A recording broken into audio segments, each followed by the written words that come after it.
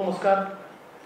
हम सभी जानते हैं कि एंटीलिया के सामने जो बॉम्ब की गाड़ी पकड़ी गई और उसके बाद कुछ इवेंट्स का सिलसिला शुरू हुआ और इस बीच मुंबई के पूर्व पुलिस कमिश्नर श्री परमवीर सिंह इन्होंने एक पत्र माननीय मुख्यमंत्री जी को लिखा और उस पत्र में उन्होंने ये आरोप लगाया कि तकरीबन 100 करोड़ रुपए की हफ्ता वसूली के टारगेट्स ये गृह मंत्री जी ने एपीआई वाजे और उनकी टीम को दिए थे और उसी के चलते एक कंट्रोवर्सी खड़ी हुई।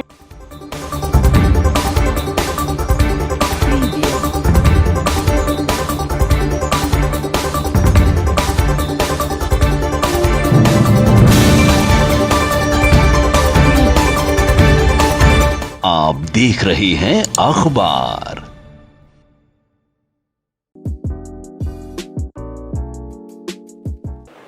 सगळ्यांचं स्वागत। सकाळी आज सगळ्यांना आपण सुरू करतो आहोत। वेळ न घालवता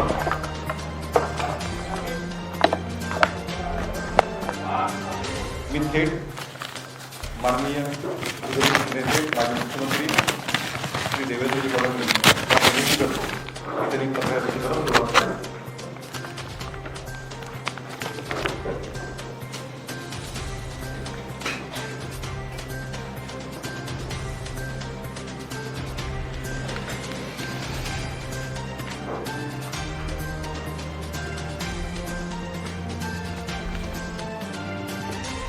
नमस्कार।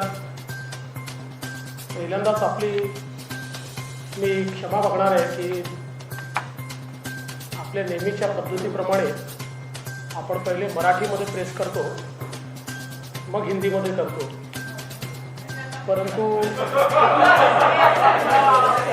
माननीय पवार साहेबांनी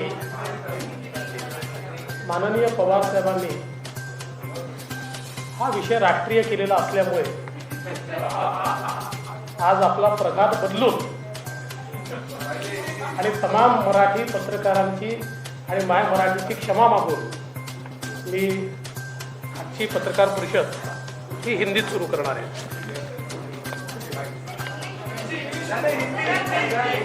त्यांच्या एवढं चांगलं इंग्लिश माझं नाही।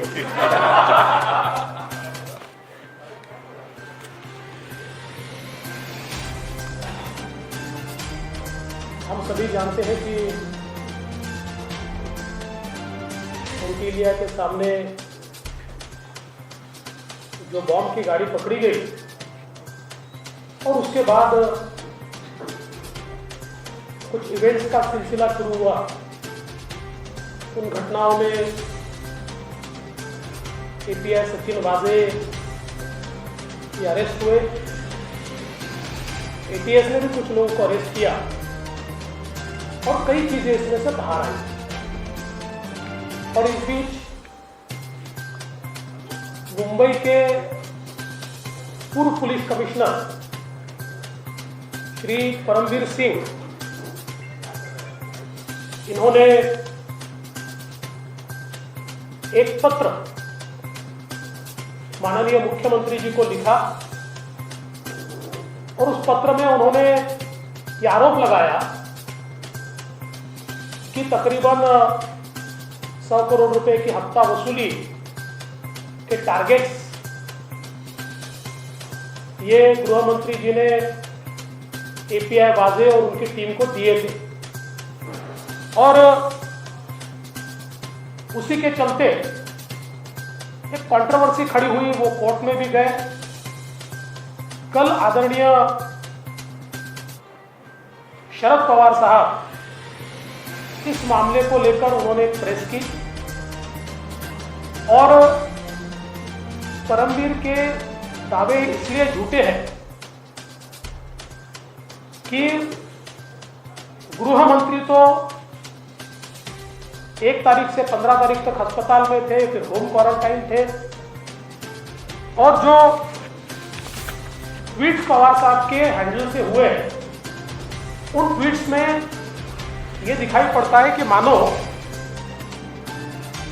गृह मंत्री जी ये नागपुर में होम क्वारंटीन थे। सबसे पहली बात तो यह है कि आप में से कई लोगों ने देखा भी है, कुछ ने बताया भी है, ये माननीय गृह मंत्री जी का मैनिफेस्ट है। 15 तारीख को एक प्राइवेट जेट से वे मुंबई आ गए थे। उससे पहले उन्होंने प्रेस की, उस प्रेस का वीडियो तो कल ही मैंने जारी कर दिया था। और अगर हम देखेंगे तो 15 तारीख से वे अपने घर पर थे, लेकिन मेरे पास पुलिस विभाग के भी 2 मूवमेंट्स के कागज है। पुलिस विभाग में रोज मूवमेंट्स के बारे में कहा जाता है, बताया जाता है, उनका एक मैनिफेस्ट तैयार होता है मूवमेंट्स का। और अगर हम देखें तो इसमें तारीख जो है एक 17 फरवरी है। 17 फरवरी में जो लिखा हुआ है तो भगत सिंह कोश्यारी जी मुंबई रहेंगे, उद्धव ठाकरे जी अपने सोई अनुसार, अजित पवार जी मुंबई, शरद पवार जी पुणे, नितिन गडकरी जी दिल्ली और अनिल देशमुख जी इसमें लिखा है 17 फरवरी 2021 15 वाजता, 15 बजे आणि 3 बजे मोटरीने सह्याद्री गेस्ट हाऊस येथे आगमन आणि ओपन। दूसरा एक 24 तारीख का मैनिफेस्ट है, जिसमें वापिस चूंकि ये सारे Z+ प्रोटेक्टिव होंगे इसलिए इन्हीं का नाम इसमें आता है। फिर कोश्यारी जी, उद्धव ठाकरे जी, कोश्यारी जी मुंबई, उद्धव ठाकरे जी सोई अनुसार, अजितदादा पवार सह्याद्री अतिथीगृह 15 बजे, 3 बजे शरद पवार साहब मुंबई, नितिन गडकरी जी दिल्ली, अनिल देशमुख जी ये 11 बजे 24/2/2021 11 बजे मोटरीने निवासस्थान ते मंत्रालय जाणार, सोयीने निवासस्थानी परत येणार। अब ये मैनिफेस्ट है, गए कि नहीं मुझे पता नहीं है, इसलिए मैं इसके ऊपर कोई दावा नहीं करूंगा, लेकिन ये पुलिस के मूवमेंट के मैनिफेस्ट ये मेरे हाथ में लगे हुए हैं। सबसे महत्व की बात इसमें यह है कि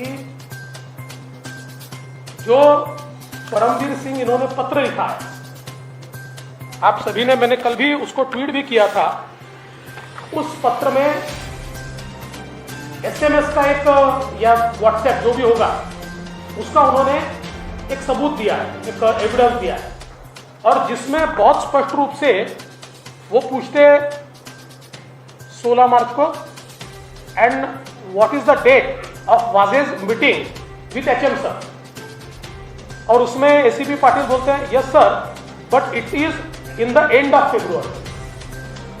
तो इसलिए मुझे लगता है कि कल आदरणीय पवार साहब को सही ब्रीफिंग नहीं दी गई थी। एक राष्ट्रीय नेता के मुंह से, और जो देश में जाने माने नेता माने जाते हैं, उनके मुंह से कल गलत बातें कहलवाई, और जो प्रोटेक्ट करने का प्रयास ये कल किया गया, मुझे ऐसा लगता है कि वो पूरे तरीके से कंप्लीट एक्सपोज हुआ है। और मेरा मानना यह है कि 15 से 27 इस बीच गृह मंत्री जी जो होम क्वारंटाइन थे वो आइसोलेशन में नहीं थे। कई लोग उनको मिले हैं, कई अधिकारी उनको मिले हैं, और जिसके बारे में जानकारी अगर हासिल करनी है तो बहुत आसान है। दूसरा एक महत्व का विषय मैं आप लोगों के सामने रखना चाहता हूं। मैंने परसों की मेरी प्रेस कॉन्फ्रेंस में कहा था कि ट्रांसफर्स का एक रैकेट ये कमिश्नर ऑफ इंटेलिजेंस ने पकड़ा। पकड़ने से पहले बकायदा DG और ACS होम की परमिशन ली, और उसका एक रिपोर्ट,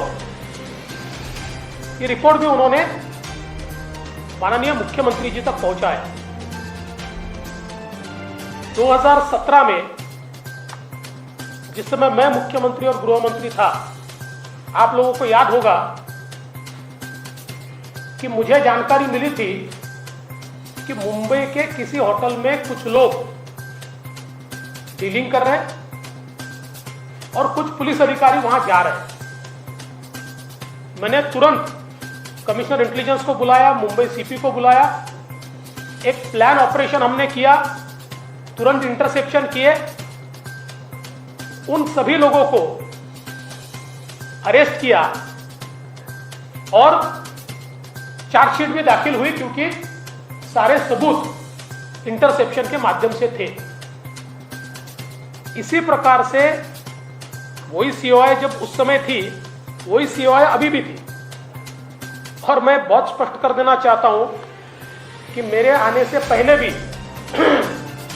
माननीय आर पाटिल जी के समय कमिश्नर ऑफ इंटेलिजेंस वही सीओआई थी, श्रीमती रश्मि शुक्ला, और इसलिए उनको तीनों गवर्नमेंट का एक्सपीरियंस है।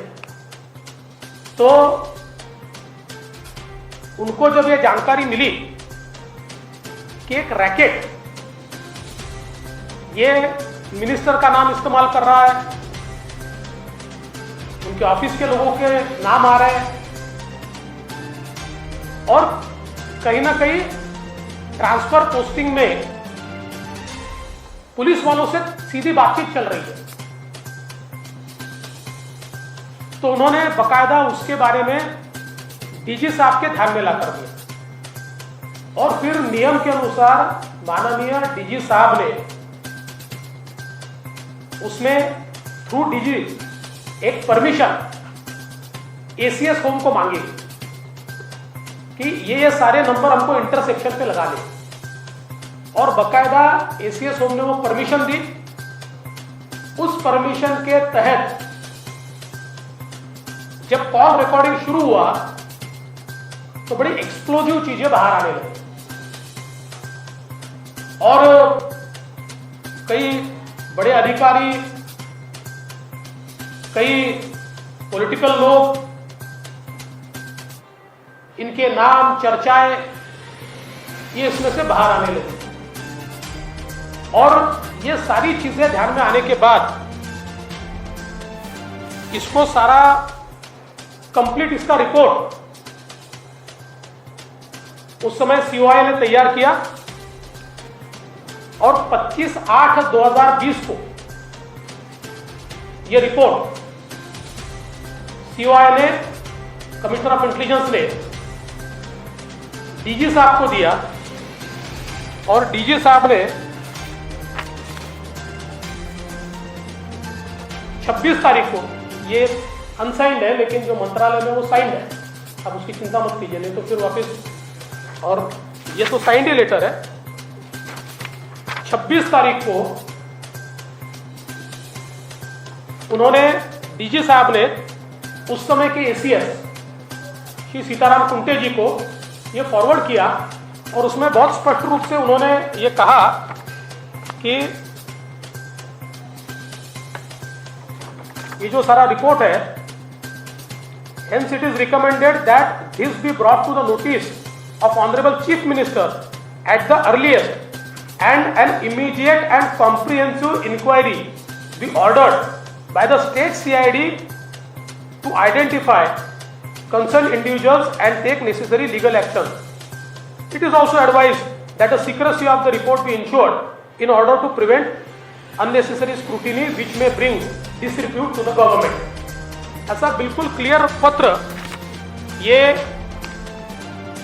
डीजी साहब ने उसके बाद लिखा 26/8। पहला जो है जो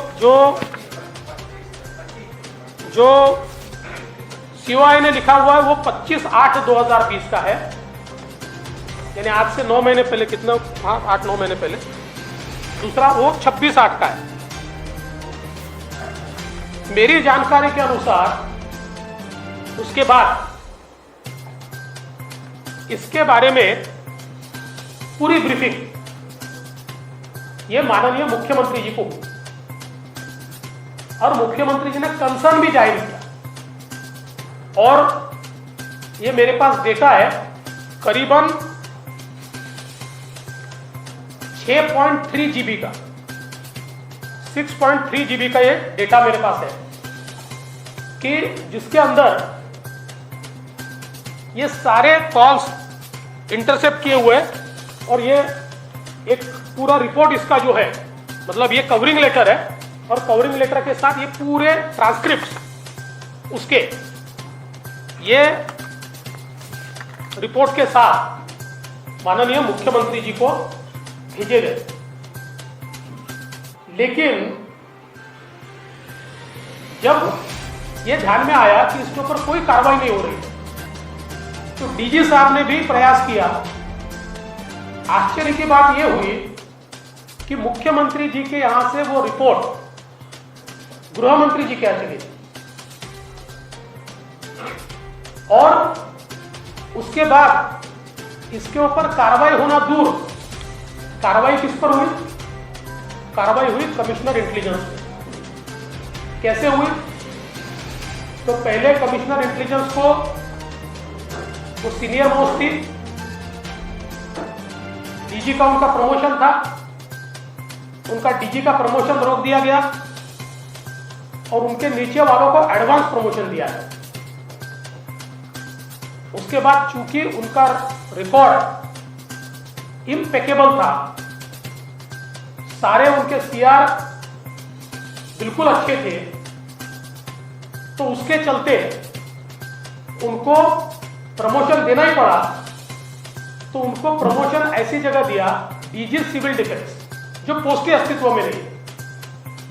और सरकार पोस्ट तैयार कर सकती है, लेकिन उनको देते समय कैबिनेट का भी अप्रूवल नहीं है पोस्ट तैयार करने के लिए।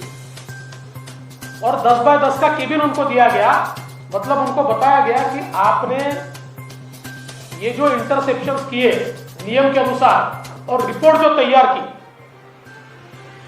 ये रिपोर्ट तैयार करना आपकी गलती है, क्योंकि इसमें जो लोग लिप्त है वे सारे के सारे लोग इसके कारण एक्सपोज होते हैं।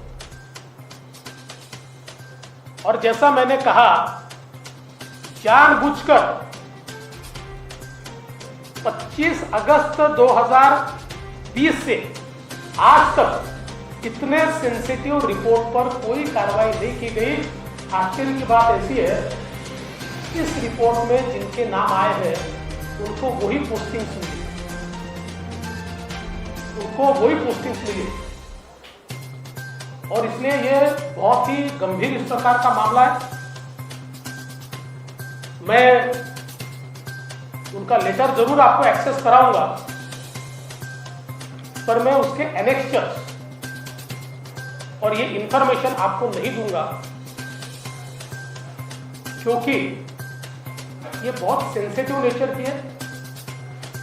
इसमें कई अफसरों के नाम आते हैं, कुछ सीनियर अफसर्स के भी नाम आते हैं।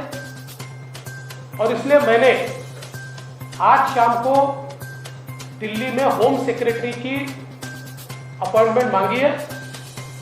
इस प्रेस कॉन्फ्रेंस के बाद मैं दिल्ली जाने वाला हूं और ये पूरी जानकारी मैं होम सेक्रेटरी को दूंगा और मैं उनसे निवेदन करूंगा, चूंकि कई आईपीएस अफसर है, कुछ नॉन आईपीएस भी है, कुछ छोटे भी अफसर है, लेकिन क्योंकि वो सेंट्रल गवर्नमेंट के अंडर आते हैं और उनके कस्टोडियन ये सेंट्रल गवर्नमेंट है, इसलिए होम सेक्रेटरी इस पूरे मामले की जांच ये सीबीआई से करे,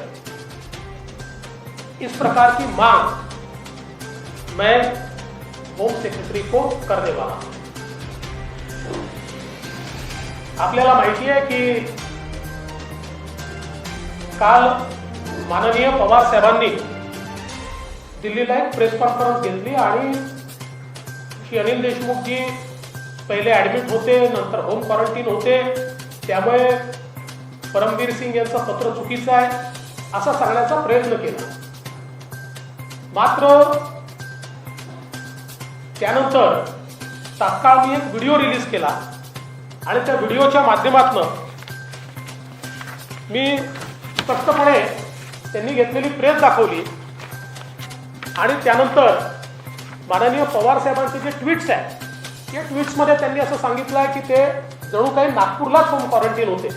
हे खरं नाही आहे. या संदर्भातला पॅसेंजर मॅनिफेस्ट आहे.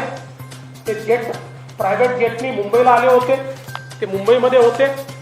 आणि सगळ्यात महत्त्वाचं असं आहे की माझ्याजवळ 2 पोलीसचे मॅनिफेस्ट आहेत की ज्याच्यामध्ये त्यांच्या मुवमेंट दाखवलेल्या आहेत. त्या झाल्या आहेत की नाही मी याच्यावर काही भाष्य करणार नाही. त्यासोबत श्री परमबीर सिंग यांनी जे काही त्या ठिकाणी पत्र लिहिलं त्या पत्रामध्ये SMS किंवा व्हॉट्सॲपचा जो पुरावा लावला त्यामध्ये अतिशय स्पष्टपणे परमबीर विचारतायत की वाझे कधी भेटले आणि त्यात ते पाटील असं म्हणतायत फेब्रुवारी एंडला. त्यामुळे काल पवार साहेबांनी चौकशीही न करण्याकरता किंवा राजीनामा द्यायची आवश्यकता नाही याकरता जी कारणं सांगितली, मला असं वाटतं की पवार साहेबांना चुकीचं ब्रीफिंग देण्यात आलं आणि एवढ्या मोठ्या नेत्याला अशा प्रकारे चुकीच्या गोष्टी त्यांच्या तोंडातून वदवून उघडं पाडणं. खरं म्हणजे NCPनेच विचार केला पाहिजे की याच्या पाठीमागे कोण आहे, कारण त्यातली सगळ्या गोष्टी या चुकीच्या निघालेल्या आहेत.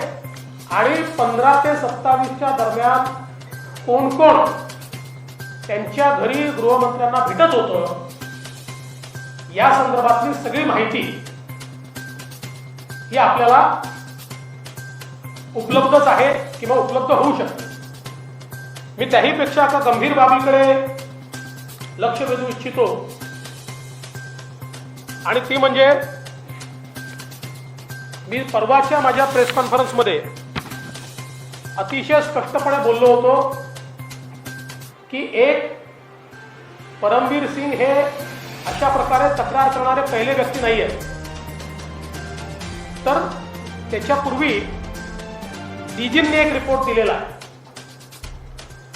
आणि माझ्याकडे आता त्यावेळेच्या कमिशनर इंटेलिजन्सच्या रिपोर्टची कॉपी आहे. त्या कॉपी सोबतचे सगळे एनेक्स्चर्स आहेत आणि जवळजवळ हा डेटा आहे 6.3 GB की ज्याच्यामध्ये सगळ्या कॉल रेकॉर्डचं इंटरसेप्शन आहे.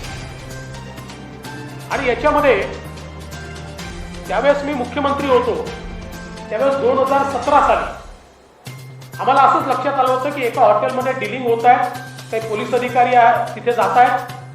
तात्काळ मी कमिशनर इंटेलिजन्सला सांगितलं, मग आम्ही मुंबई पोलिसांना सोबत घेतलं, त्याचं कंप्लीट इंटरसेप्शन केलं आणि त्या ठिकाणी धाड टाकून त्यांना पकडलं. 8 लोकांना 7-8 लोकांना जेलमध्ये टाकलं, त्यांच्यावर चार्जशीट देखील दाखल केली. त्यामुळे त्याच COI आत्ता असल्यामुळे त्यांना हे लक्षात आल्याबरोबर त्यांनी तात्काळ डीजींची परवानगी घेतली, डीजींनी ACS होमची परवानगी घेतली, काही लोकांचे नंबर इंटरसेप्शनवर लावले आणि त्यात काही पोलीस अधिकारी, काही राजकीय नेते आणि अनेक विस्फोटक अशा प्रकारचे संवाद कन्व्हर्सेशन हे बाहेर यायला लागले. आणि हे सगळं पाहिल्यानंतर त्यांच्या असं लक्षात आलं की यातनं खूप मोठा रॅकेट हे तयार झाला आहे आणि याच्याशी सरकारमधल्या गृहमंत्रालयातल्या गृहमंत्र्यांचे लोकांचे सगळ्यांचे संबंध हे दिसत आहेत. आणि म्हणून त्यांनी तात्काळ या संदर्भातला सगळा रिपोर्ट DG साहेबांच्या थ्रू ACS होमला दिला. ACS होम साहेबांच्या माध्यमातून तो रिपोर्ट माननीय मुख्यमंत्र्यांकडे गेला. मुख्यमंत्र्यांनी तो पाहिला, त्यांनी ते ऐकलं, पण त्याच्यावर कुठलीच कारवाई झाली नाही. 8 ऑगस्ट 2020 आजपर्यंत त्या रिपोर्टवर कुठलीही कारवाई झाली नाही आहे. आपण जर बघितलं तर DG साहेबांनी स्पष्टपणे आपल्या पत्रात म्हटलेलं आहे की फार सिरियस आहे आणि याची CIDची चौकशी केली पाहिजे. CID सोडा, साधी PSIची APIची चौकशी देखील त्या ठिकाणी त्यांनी या बाबतीत केली नाही.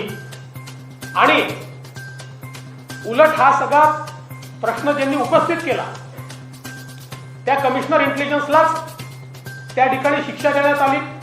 त्यांचं प्रमोशन DGचं होतं, सिनियर मोस्ट होतं, त्याचं थांबवलं. त्यांच्या नंतरच्यांना ऍडव्हान्स प्रमोशन दिलं आणि त्यांना प्रमोशन देणं आवश्यकच होतं कारण त्यांचे CR चांगले होते. म्हणून त्यांना एक विशेष पोस्ट तयार केली की कॅबिनेटच्या अप्रुव्हल शिवाय DG सिव्हिल डिफेन्स 10 बाय 10चं केबिन आणि त्यांना त्या ठिकाणी प्रमोशन दिल्याचं दाखवलं आणि त्यांच्यावर अन्याय केला. या दरम्यान सगळ्यात महत्वाचं की याच्यामध्ये ज्यांची नावं आली अशाच लोकांचं त्या ठिकाणी प्रमोशन, अशाच लोकांचं पोस्टिंग हे ज्यावेळेस समोर आलं त्यावेळी डीजी साहेबांनी त्याला ऑब्जेक्शन घेतलं. डीजी म्हणाले की यांचं पोस्टिंग करणं योग्य नाही. पण ज्यावेळेस डीजींच्या लक्षात आलं की दबावात हे पोस्टिंग होत आहे त्यावेळी तत्कालीन डीजी सुबोध जयस्वाल यांनी सेंट्रल डेप्युटेशन घेतलं. त्यांनी सांगितलं पाप माझ्या हातून करवू नका, तुम्ही कारवाई पण करत नाही, म्हणून त्यांनी सेंट्रल डेप्युटेशन घेतलं. आणि COI कमिशनर इंटेलिजन्स यांनी देखील सेंट्रल डेप्युटेशन घेतलं. आणि म्हणून अतिशय पोलीस दलाला आणि गृह विभागाला लाजिरवाणा अशा प्रकारचा सगळा प्रकार आहे. मला आश्चर्य या गोष्टीचं वाटतं की मुख्यमंत्र्यांनी याच्यावर कुठलीही कारवाई का केली नाही. उलट त्यांनी ते गृहमंत्र्यांकडेच पाठवून दिलं. आणि ज्यांनी अशा प्रकारे सगळं बाहेर काढलं, मुख्यमंत्र्यांकडे GAD विभाग आहे आणि सगळे IPS ऑफिसर त्यांच्या अंतर्गत येतात आणि तरी देखील COI त्यावेळेच्या कमिशनर इंटेलिजन्स त्यांच्यावर अन्याय का झाला. म्हणजे एक प्रकारे मुख्यमंत्र्यांनीच याच्यावर पांघरून घातलं असं जर आपण म्हटलं तर ते चुकीचं होणार नाही. आणि म्हणून आता हे सगळं अत्यंत महत्वाचं आहे. या संदर्भातलं पत्र मी वाटल्यास आपल्याला देतोय. बाकी गोष्टी मी आपल्या समोर देणार नाही. या फार सेन्सिटिव्ह गोष्टी आहेत. यात IPS ऑफिसरचे नाव आहेत, अधिकाऱ्यांची नावं आहेत, बऱ्याच लोकांची नावं त्यात येत आहेत. आणि म्हणून मी आज दिल्लीला चाललो आहे. माननीय गृह सचिवांना मी भेटून ही सगळी इन्फॉर्मेशन, त्यांना सील्ड इन्फॉर्मेशन त्यांच्याकडे देतोय. सगळे माझ्याकडचे पुरावे ते त्यांच्याकडे मी देतोय. आणि मी त्यांना विनंती करणार आहे की याच्यामध्ये IPS ऑफिसरचे कस्टोडियन ते असल्यामुळे याची CBIची इन्क्वायरी ही त्यांनी करावी अशा प्रकारची मी मागणी करणार. मी 2-3च प्रश्न घेणार आहे कारण मग ते डायव्हर्ट होता महत्वाचं. शांती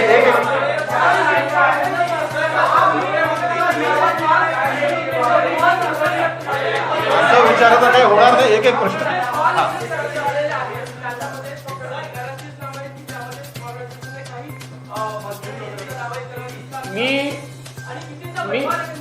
मी आधीच सांगितलेलं आहे त्याच्यामध्ये अधिकारी, राजकारणी सगळ्यांची नावं आहेत.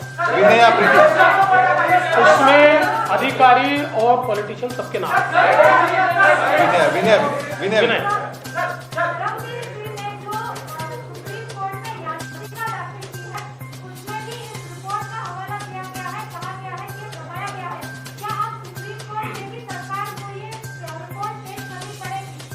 देखिए इसकी जानकारी तो मुझे नहीं है, ये तो सरकार को और सुप्रीम कोर्ट को तय करना पड़ेगा. लेकिन मैं केंद्र सरकार के पास इसको होम सेक्रेटरी जो इसके कस्टोडियन है उनके पास में पहुंचाऊंगा.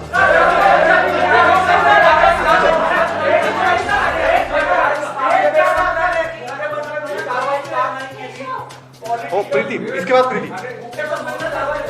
मला असं वाटतं की मुख्यमंत्र्यांना याचं गांभीर्य लक्षात आलं होतं, तथापि आपलं सरकार वाचवण्याकरता त्यांनीही याच्याकडे दुर्लक्ष केलेलं आहे. आणि मला असं वाटतं की इतक्या गंभीर प्रकरणाकडे दुर्लक्ष करण्याचं नेमकं कारण काय, अजून त्याच्या मागे काही आहे का हे मुख्यमंत्री सांगतो. प्रीति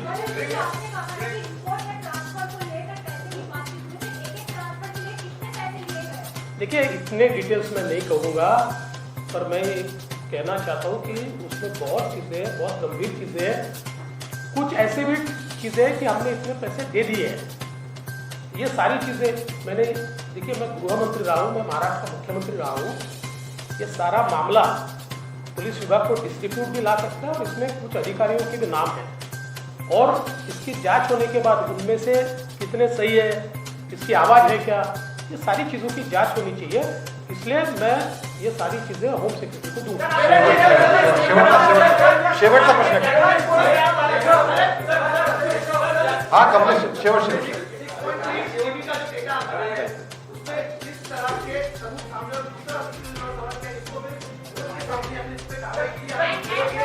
देखिए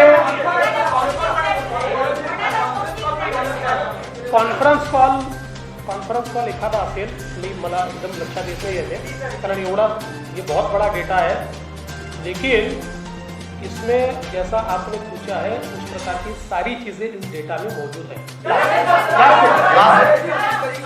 क्या ये ट्रांसफर रैकेट सिर्फ गृह मंत्रालय को लेकर है या इस रिपोर्ट को इसलिए दवाई थी क्योंकि हर मंत्रालय में इस तरीके के ट्रांसफर के रैकेट देखिए, अभी जो जानकारी इसमें ये गृह मंत्रालय की ही जानकारी है। राहुल